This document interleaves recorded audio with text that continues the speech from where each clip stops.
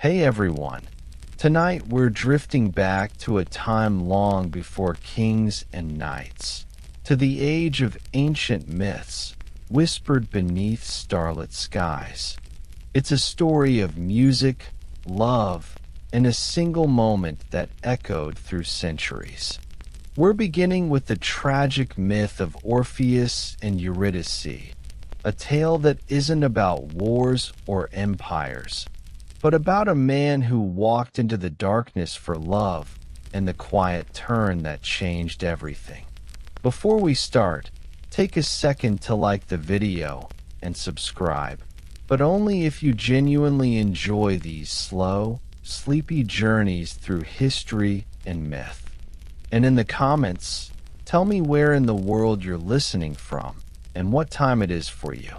I love seeing our little midnight map light up. Now, lower the lights, maybe let a soft breeze or a fan hum in the background, and settle in. Let's wander together into the quiet underworld of ancient Greece, where songs could move gods, but not fate. A song that echoed through the hills. It begins, as many ancient Greek stories do, not with the clamor of battle or the clash of empires, but with the quiet strum of a lyre. You are in Thrace, a rugged and forested region of the ancient Greek world, where the air carries the sound of rivers and shepherds' flutes. But there is one sound that rises above all, the music of Orpheus. Orpheus was not a god. He was not a king, nor a warrior. He was a mortal man, though not an ordinary one. His father was said to be Eurydice, a Thracian king, and his mother Calliope, the muse of epic poetry. This blending of royal and divine lineage marked him early on as someone who straddled two worlds, the earthly and the divine. And in this liminal space, he found his power not in swords or in governance, but in music. In ancient Greek thought, music wasn't merely a form of entertainment. It was a force.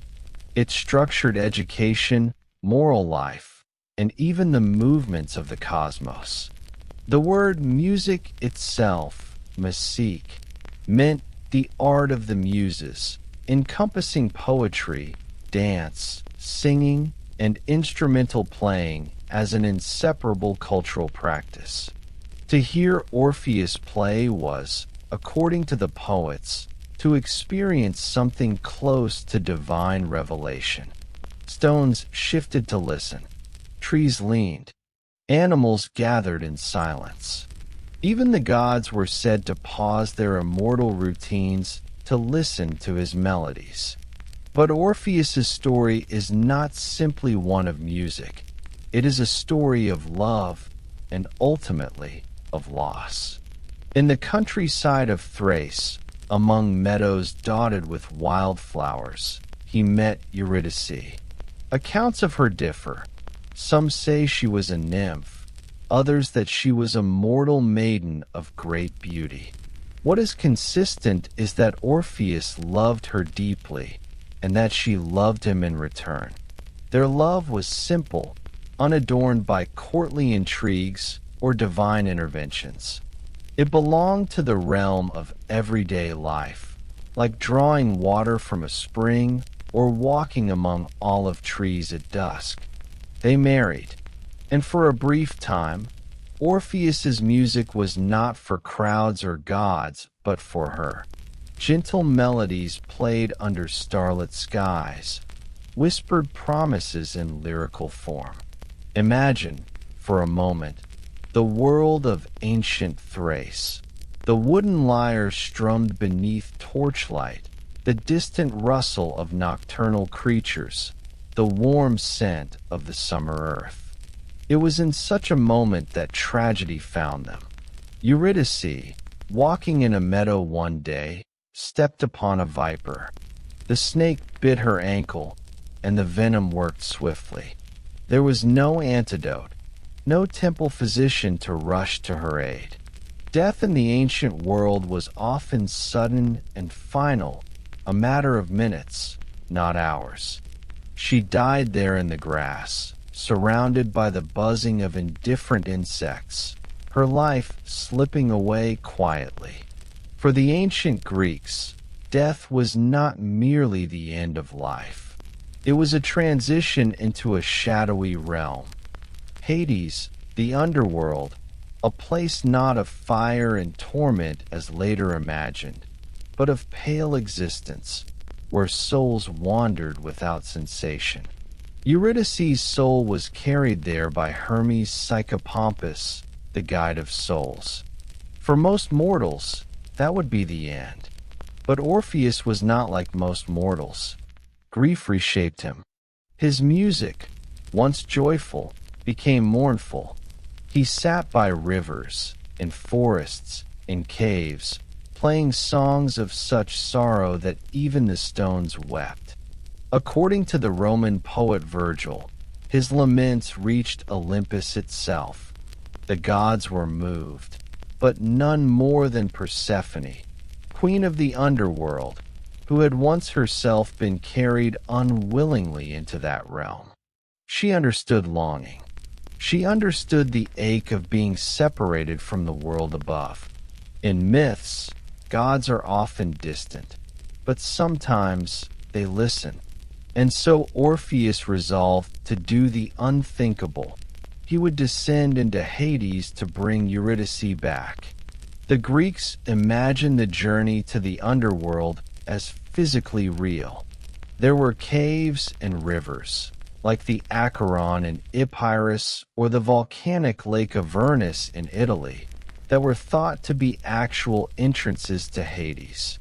These places were quiet, still, often filled with sulfurous vapors or heavy air. Pilgrims and poets described them with a hushed reverence. Orpheus set out toward such a place, carrying his lyre. He did not bring weapons, nor food, nor companions. His tool against the shadows would be song. As he descended, the world changed. The air grew colder, the light dimmer. Streams turned into rivers with no reflections.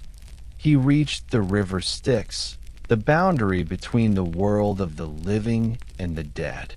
There he encountered Charon, the ferryman, who typically demanded a coin to transport souls across. But Orpheus had something better than a coin. He played.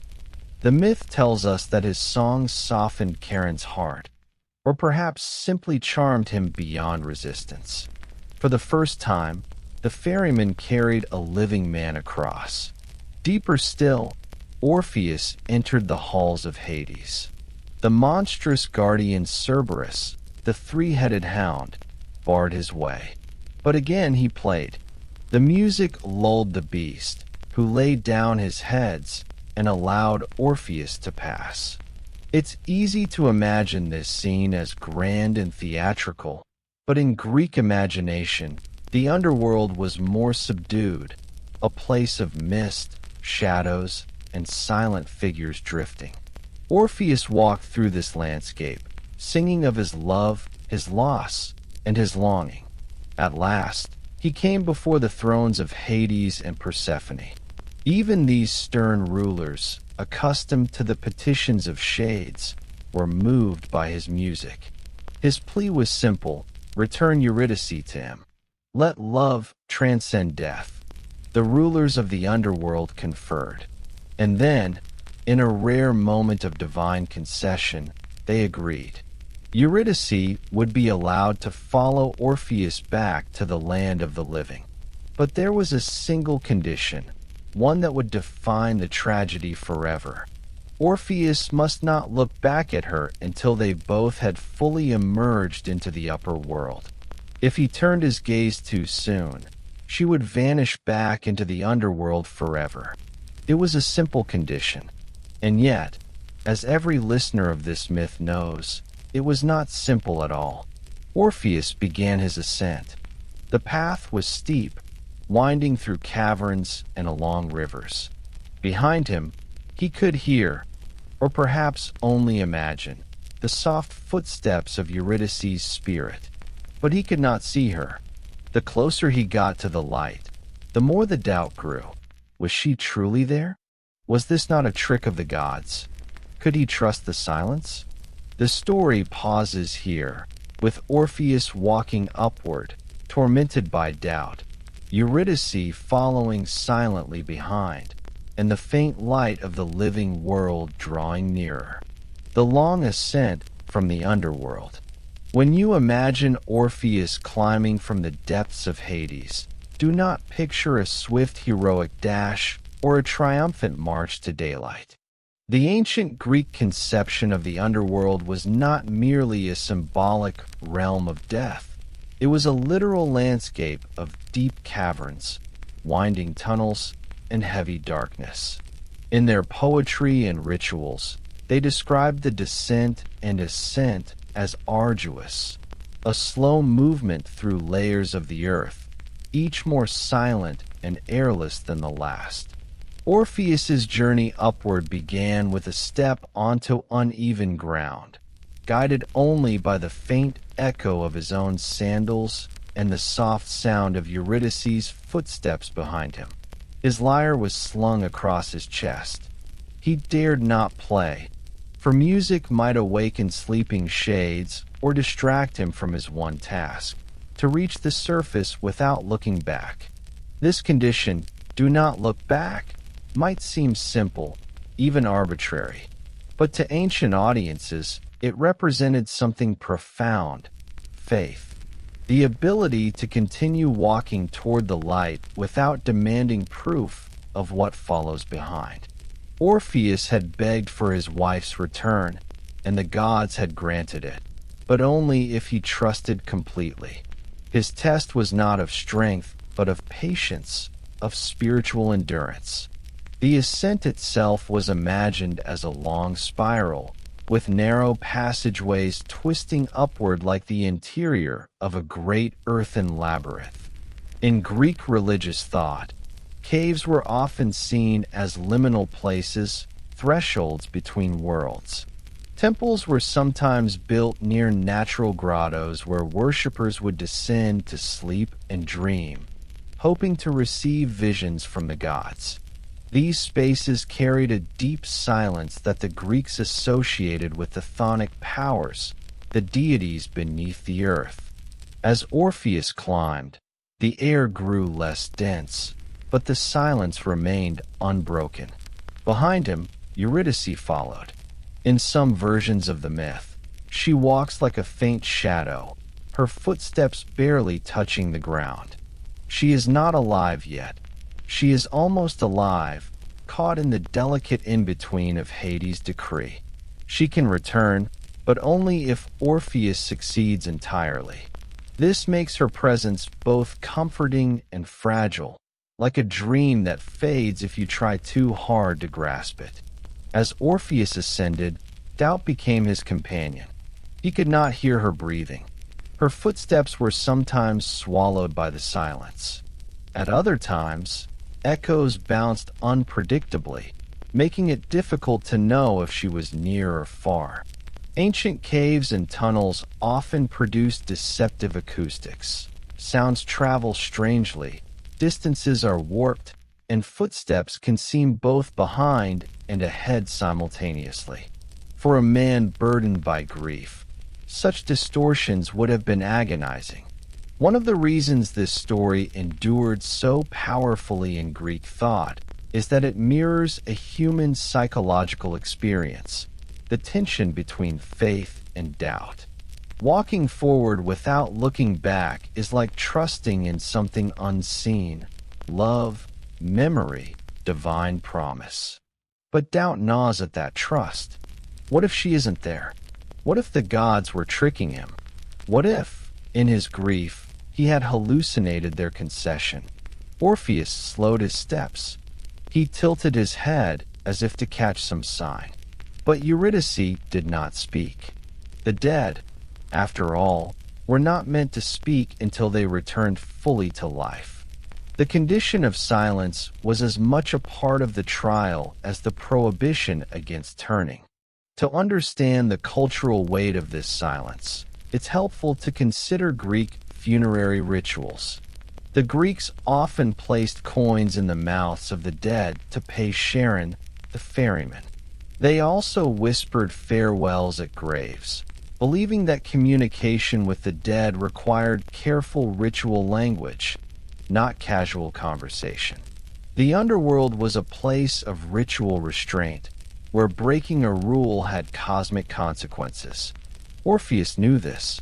Every step was taken with ritual awareness, as though he were walking through a sacred space where a single misstep could undo everything. The climb continued through chambers that mythographers later described with evocative names. The Asphodel Meadows, where ordinary souls wandered, the Erebus, the dark region near the entrance, and the final narrow passage that led to the upper world.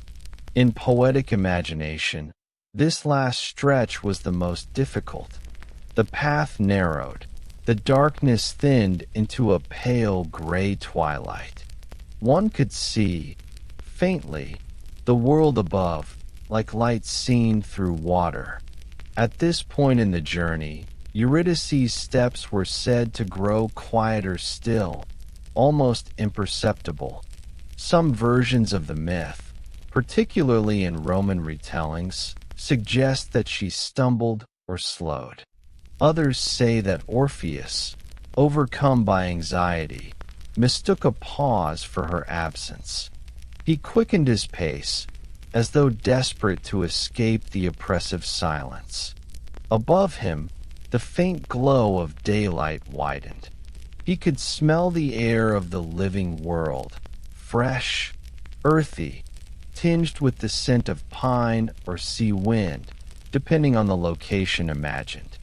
The Greeks placed entrances to the underworld in various real places, near rivers, lakes, or forests. One likely location for this myth was the Acheron River in Epirus, a place the ancients visited for necromantic rituals. Travelers described its waters as black and its surrounding cliffs as echoing every sound. Emerging from such a place would feel like breaking through a heavy veil. Just before reaching the threshold, doubt surged in Orpheus like a tide. He had walked so far without proof. His love was behind him, silent and unseen. And here, at the very edge, the human impulse to confirm overcame divine instruction. He turned. The moment is described with aching simplicity in both Greek and Roman sources. Orpheus turned his head, just slightly, to glance back. And there she was, Eurydice, pale but beautiful, her eyes meeting his for the briefest instant. She reached toward him, as if to touch his shoulder, and then, as if the air itself dissolved her, she slipped away, drawn backward into the shadows. Virgil writes that she uttered only a faint farewell, barely audible, before vanishing. In some Greek versions, she doesn't even speak. She simply looks at him, sorrowful, understanding the inevitability of her return. Orpheus reached for her, but his arms grasped nothing. The silence returned, more final than before. This moment is crucial, not because it is dramatic, but because it reflects the Greek view of divine law. Even the most beautiful music, the most earnest love, cannot overturn a single condition once set by the gods. The rules of the underworld are absolute. Orpheus's failure is not malicious. It is profoundly human.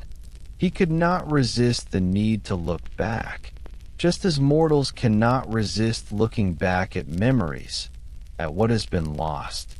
In ritual terms, the act of looking back can signify breaking a liminal boundary. Many ancient initiatory rites required participants to walk in darkness without looking behind them, symbolizing the passage from ignorance to knowledge. Looking back was a return to doubt, to mortality. Orpheus's turn froze him in this liminal moment forever. After Eurydice vanished, Orpheus was left at the very edge of the upper world, alone. The daylight was now full, but it offered no comfort. His music, which had once charmed gods and stones, now turned to a hollow lament. He tried to descend again, to plead once more. But this was not permitted. A mortal may descend once by divine favor, but the underworld does not entertain repeat petitions. Charon refused him. Cerberus growled. The gates closed. And so, Orpheus emerged into the world of the living, not with his beloved, but with a silence heavier than any song he had ever played.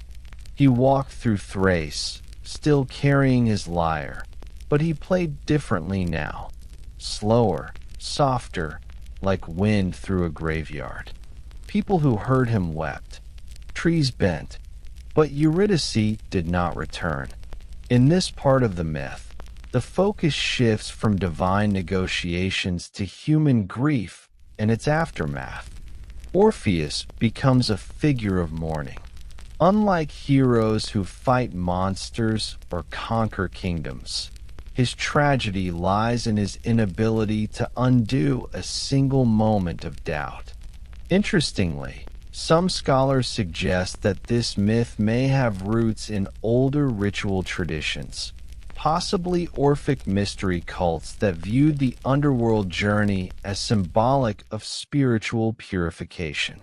The looking back may represent the initiate's failure to transcend earthly attachments. Later, Orphic sects would develop complex beliefs about the soul's journey after death, using Orpheus as a kind of spiritual founder. But in its earliest form, this story is less about doctrine and more about the quiet, irreversible nature of loss. As the story continues, Orpheus's life takes a different turn. He becomes distant from society, his music focused inward. He refuses the company of others. His songs become elegies to a love that exists only in memory. And here, standing at the entrance of the underworld, with the light shining on his face and the darkness swallowing hers, a question lingers, not for the gods, but for us. If you were in his place, walking through silence toward the light, would you have been able to resist looking back? Songs of mourning and the end of a bard. When Orpheus emerged alone into the daylight, the world had changed, not physically, but in the way grief alters perception. The meadows of Thrace still stretched wide and green. The rivers still murmured through the valleys. But for Orpheus, everything was muted. His lyre still hung from his shoulder, yet the songs he played now had a different texture, slower, sparse, like echoes across empty fields. The story often focuses on the tragedy in the underworld, but it is the aftermath that gives Orpheus's myth its enduring weight. Unlike many Greek heroes who die in moments of glory, Orpheus lives on for some time after Eurydice's second death. His music continues, but it becomes a vessel for mourning, shaping how others in the ancient world thought about grief, art, and the boundaries between the mortal and the divine. A changed musician. In the months and years that followed, Orpheus wandered through Thrace and beyond, refusing all romantic advances. Women approached him, mortal maidens, nymphs, even in some versions of the story, divine figures, but he turned them away. His heart belonged to Eurydice, and the moment he turned his head in the underworld defined the rest of his life. This act of withdrawal wasn't merely personal. It carried a symbolic weight. In Greek society, music was a deeply communal activity. Lyric poets performed at symposia, festivals, weddings, and religious ceremonies. Music wasn't just self-expression, it was a form of social glue. For Orpheus to turn inward and avoid human society marked him as someone moving toward the spiritual and away from the civic. Later Orphic traditions, religious movements that arose around the figure of Orpheus, interpreted this as the moment he began to dedicate himself to spiritual contemplation. In their texts and ritual hymns, Orpheus becomes a kind of mystic who renounces ordinary pleasures in search of transcendent truth. His music becomes sacred, a bridge between mortal minds and divine forces. But in the earliest versions of the myth, this withdrawal is simply grief. He plays songs not to charm audiences, but to commune with what has been lost. His lyre becomes a kind of ritual object. People who heard his music described it as unlike anything else. Melodies that made trees lean closer, birds fall silent, and even the wild beasts of Thrace pause. Virgil, in his Georgics, tells us that even the stones and trees wept for him. This is not merely poetic embellishment. In Greek thought, the natural world was responsive to divine or near-divine acts. Music, especially, was believed to harmonize with cosmic order. When Orpheus mourned, the world seemed to mourn with him. The myth meets the landscape.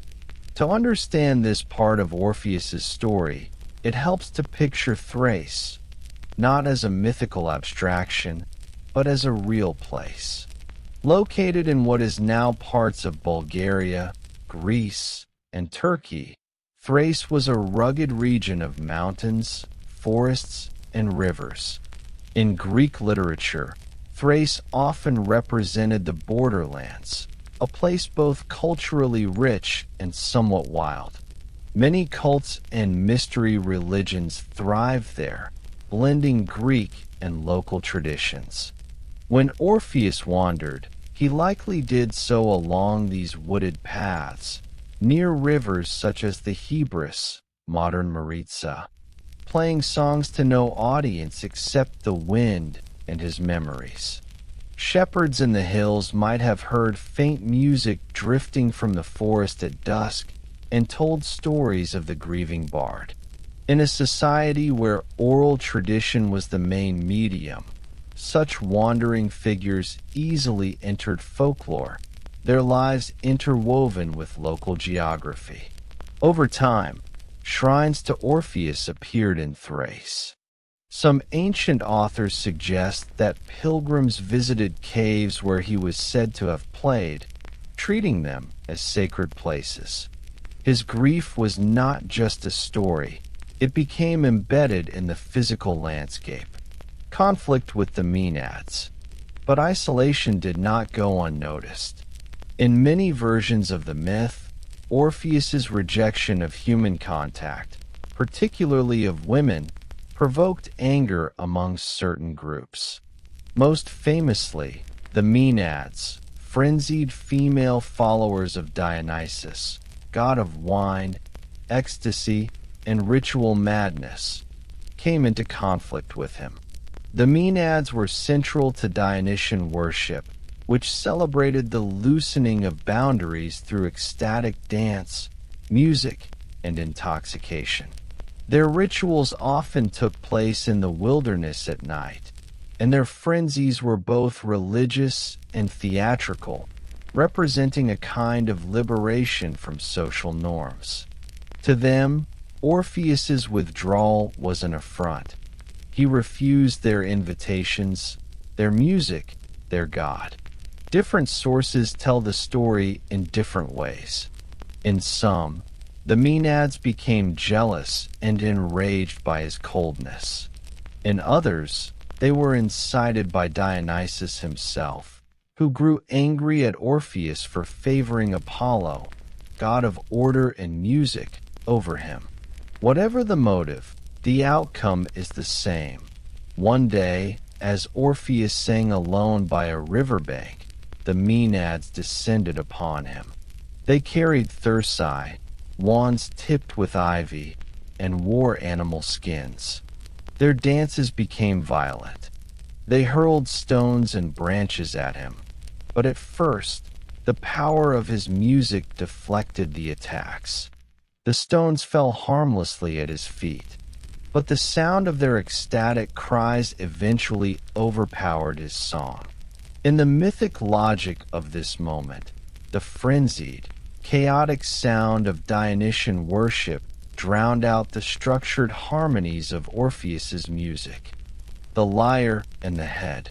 The aftermath of Orpheus's death is perhaps the most haunting part of his myth.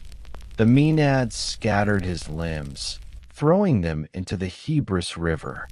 But his head and his lyre, the instruments of his voice, did not sink. They floated downstream, still singing. Ancient poets described this image with reverence.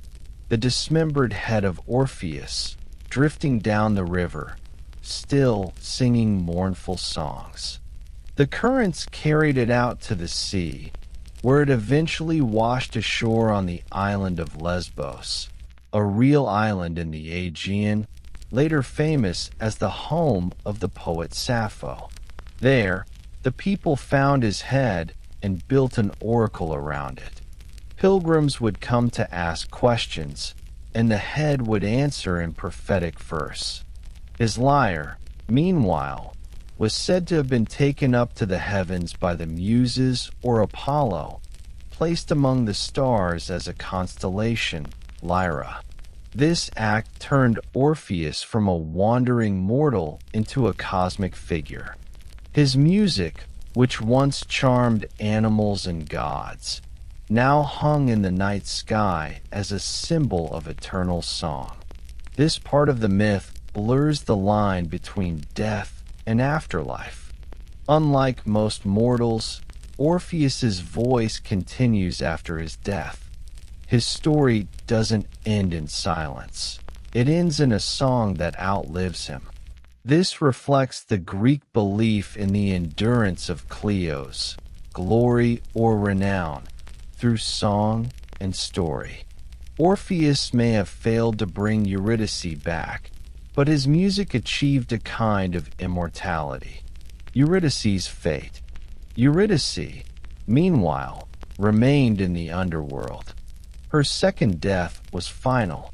She did not blame Orpheus. At least, no version of the myth suggests bitterness. Instead, she faded into the asphodel meadows, where ordinary souls wandered. In some late Roman versions, when Orpheus himself died and descended again to Hades, he was finally reunited with her. This time, there was no condition. They walked side by side through the shadowy fields, no longer separated by doubt or divine rules. This postscript gave the story a quiet symmetry. His failure in life was redeemed in death, though not in the way mortals usually hope for. Legacy of a Bard. The myth of Orpheus did not end with his death. His name became associated with Orphic religion, a set of spiritual movements that emerged in Greece around the 6th century BCE. These movements used Orpheus's myth as a framework for mystical teachings about the soul, death, and rebirth. They believed that the soul was divine and trapped in a cycle of reincarnation. Through rituals and purification, one could escape this cycle and return to a divine state. Orpheus was cast as the ultimate initiate, one who had descended into the underworld and returned, carrying secret knowledge. His tragic love story became both a literal myth and a metaphor for spiritual longing. The looking back became symbolic of the soul's attachment to the physical world, which prevented it from achieving divine liberation. His story also influenced later thinkers, poets, and artists far beyond Greece. Roman poets like Ovid and Virgil retold his tale with elegance. In the Middle Ages and Renaissance, his figure was adapted into Christian allegories. In modern times, his myth continues to inspire opera, literature, film, and philosophy, from Gluck's Orpheus and Eurydice to Jean Cocteau's surrealist Orpheus. Reflections. What makes the myth of Orpheus and Eurydice enduring is not just its romance, but its quiet tragedy. There are no wars, no kingdoms at stake, no divine wrath unleashed upon nations. Instead, it is a story about a single man, a single moment of doubt, and the lifelong echo that followed. It explores the limits of human will, the power of art, and the permanence of loss. Orpheus's music could move stones and gods, but not the unyielding rule of death. His faith faltered at the threshold, and that small, human failing reverberated through his entire life. And yet, his story did not end in obscurity. His songs became constellations, his head became an oracle, his myth became a vessel for philosophical thought. His failure became humanity's shared meditation on love, trust, and mortality. When you gaze at the constellation Lyra on a clear night, you are looking at a memory, a mythic reminder of a man who walked through darkness, doubted at the edge of light, and sang his sorrow into eternity. But one lingering question remains, soft as an echo down a cave passage. Was Orpheus's failure inevitable, or was it a test that no mortal could ever truly pass? The echo of a myth through time. The myth of Orpheus and Eurydice did not vanish with the last note of his song, nor with the drifting of his head down the Hebrus River. In fact, it endured, quietly, steadily, through centuries of retellings, rituals, reinterpretations, and cultural transformations. In this final section, we trace how this ancient story moved from a local myth in Thrace and Greece to a symbolic touchstone for spiritual, artistic, and philosophical traditions across time. The tragedy of Orpheus became more than a love story. It became a mirror through which different civilizations explored mortality, art, memory, and the human impulse to look back. 1. Orpheus in archaic and classical Greece, from story to ritual. The earliest layers of the Orpheus myth were likely local Thracian traditions, absorbed into the wider Greek mythological framework during the Archaic period, c. 8th to 6th century BC. In this era, myths were not fixed texts. They were fluid stories adapted by rhapsodes, oral poets, who performed at festivals and symposia. Each performance shaped the myth anew, emphasizing different elements depending on the audience and context. Orpheus was unique among mythical figures. While heroes like Heracles were known for their physical deeds, and gods like Zeus for their cosmic power, Orpheus was known for art, specifically the transformative power of music and poetry.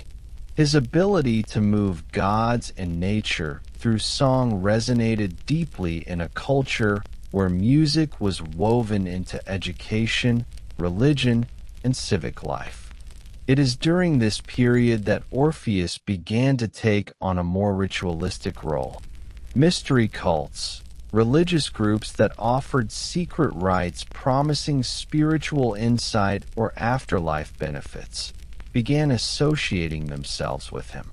These early Orphic movements framed Orpheus not only as a tragic lover, but as a spiritual pioneer, the man who descended into the underworld and returned with hidden knowledge.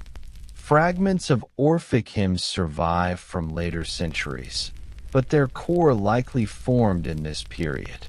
These hymns were used in initiatory rituals, addressing gods like Persephone, Hades, and Dionysus with reverence and poetic rhythm.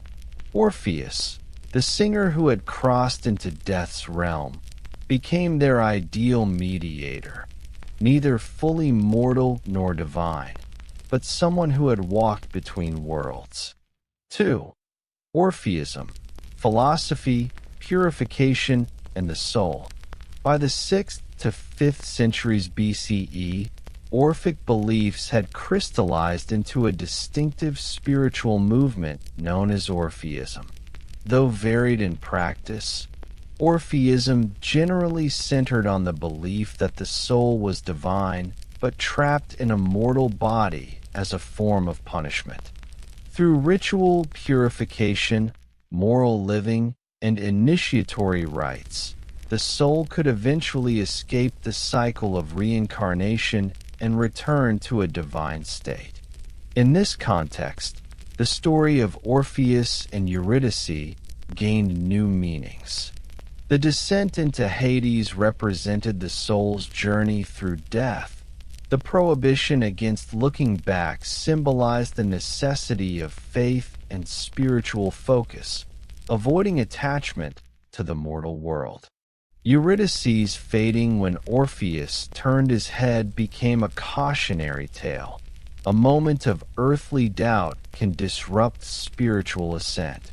Orphic tablets, small inscribed gold leaves buried with initiates, have been found in graves across southern Italy, Crete, and Thessaly.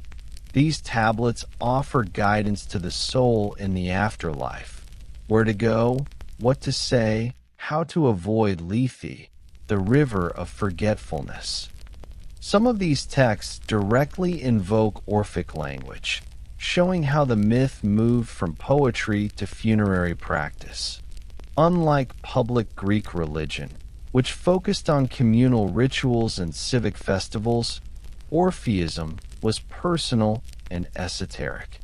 It offered individual salvation through knowledge and purification, a concept that would later echo in Hellenistic philosophies and early Christian thought. 3. Roman transformations, poetry, and moral reflection. When the Romans adopted Greek mythology, they often reshaped it through their own literary sensibilities. In the 1st century BCE, two poets, Virgil and Ovid, gave us the most influential Roman versions of Orpheus's story. Virgil's Georgics presents Orpheus with a kind of quiet dignity, focusing on his grief and the natural world's response to his music. It is a story not of heroism, but of melancholy perseverance. Ovid, in his Metamorphoses, gave the myth its most famous and enduring literary form. He emphasized the tragic moment of the backward glance, describing Eurydice's second death with tender precision. She spoke no blame of her husband. What could she blame but that he loved her? In Ovid's telling, Orpheus's later rejection of women and his death at the hands of the Maenads are woven seamlessly into the narrative, creating a moral arc: love, doubt, grief, isolation, and ultimately death by dissonant frenzy. For the Romans, Orpheus became a figure of artistic power and vulnerability. His music could sway the cosmos, but his human weakness, a single turn of the head, brought about his downfall. Roman philosophers, especially those influenced by Stoicism, saw in him a moral lesson. Emotion can undo reason at the crucial moment. 4. Early Christianity, allegory and transformation. In the early centuries CE, as Christianity spread across the Roman world, Orpheus was not discarded. Instead, he was absorbed allegorically. Early Christian art often depicted Jesus as a kind of good shepherd figure, but occasionally Orpheus himself appears, a serene musician charming animals, an emblem of harmony overcoming chaos. Christian writers saw parallels between Orpheus's descent into Hades and Christ's harrowing of hell. The belief that Christ descended after his crucifixion to free righteous souls. Orpheus's music that tamed beasts was likened to the word of God calming the pagan world. This syncretism was not accidental. Many early Christian converts were familiar with Orphic ideas about the soul, purification, and life after death. Adapting Orpheus helped bridge cultural understandings. In some Christian catacombs, Orpheus-like figures appear as part of funerary art, suggesting that his story was used as a spiritual metaphor well into late antiquity. 5. Medieval and Renaissance revivals, allegory and the arts. Through the Middle Ages, Orpheus's myth lingered in scholarly texts, often framed allegorically. Medieval commentators saw Orpheus as the figure of reason and Eurydice as the soul. His descent symbolized the mind's attempt to retrieve lost spiritual wisdom, and his backward glance represented the failure to maintain pure contemplation. But it was during the Renaissance, 14th to 16th centuries, that Orpheus was fully revived as a cultural icon. Humanists, inspired by rediscovered classical texts, embraced his story as a celebration of art, music, and the power of human emotion. Painters depicted Orpheus with his lyre surrounded by animals. Poets wrote verses retelling his tragedy, and most famously, composers turned his story into opera. Jacopo Peri's Eurydice, 1600, and Claudio Monteverdi's L'Orfeo, 1607, are among the earliest operas ever written, both based on this myth. In Monteverdi's version, Orpheus's music literally commands the underworld, blending theatrical innovation with mythic narrative. The myth of the musician who tried to defy death became the foundational story of Western opera, a genre defined by the union of music and drama. 6. Modern interpretations, philosophy, art, and film. In modernity, Orpheus continues to echo. Romantic poets such as Rilke and Wordsworth used Orpheus as a symbol of the artist who confronts silence, trying to draw beauty from the void. Philosophers like Nietzsche saw him as embodying the tension between Apollonian order, music as structure, and Dionysian chaos, the Maenad's frenzy, a dynamic Nietzsche believed was at the heart of Greek tragedy. In the 20th century, Jean Cocteau's film Orphée, 1950, transported the myth into modern France, replacing Hades with a surreal mirror world and Orpheus with a poet obsessed with death. The myth became a canvas for exploring artistic obsession, mortality, and the boundaries of perception. Today, Orpheus appears in novels, plays, graphic novels, and even pop music. His story persists because its core, a human being walking through darkness towards something they love, struggling with doubt at the threshold, remains timeless. 7. A boring but profound detail, the power of one rule. At the heart of this myth is a single, almost mundane rule. Do not look back. It's not a grand prophecy, not a labyrinth to solve, not a monster to slay. It's one line, a quiet condition.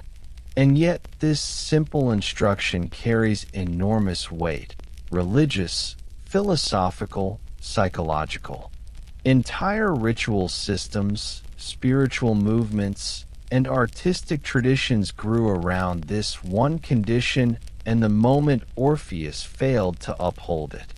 This is where the boring history reveals its quiet power. Myths endure not because of their spectacle, but because of their small, resonant details. A man walking in silence, a footstep behind him, a turn of the head, a single condition broken, and centuries of culture built upon that turn. 8. Reflection, the enduring echo. Standing at the end of this story, it's worth pausing to reflect on why Orpheus continues to matter. His tragedy is not the tale of a god, nor of a king, but of a musician, a human figure defined by art and doubt. His journey to the underworld is not one of conquest, but of longing. His failure is not caused by hubris, but by something more ordinary and relatable, the need to be sure. And his legacy is not a monument or a city, but a song, a constellation in the sky, a story told by countless voices over millennia.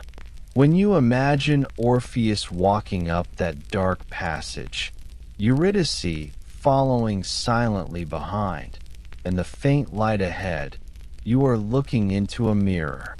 The myth persists because it reflects us, our hopes, our doubts, our inability to walk forward without sometimes turning back.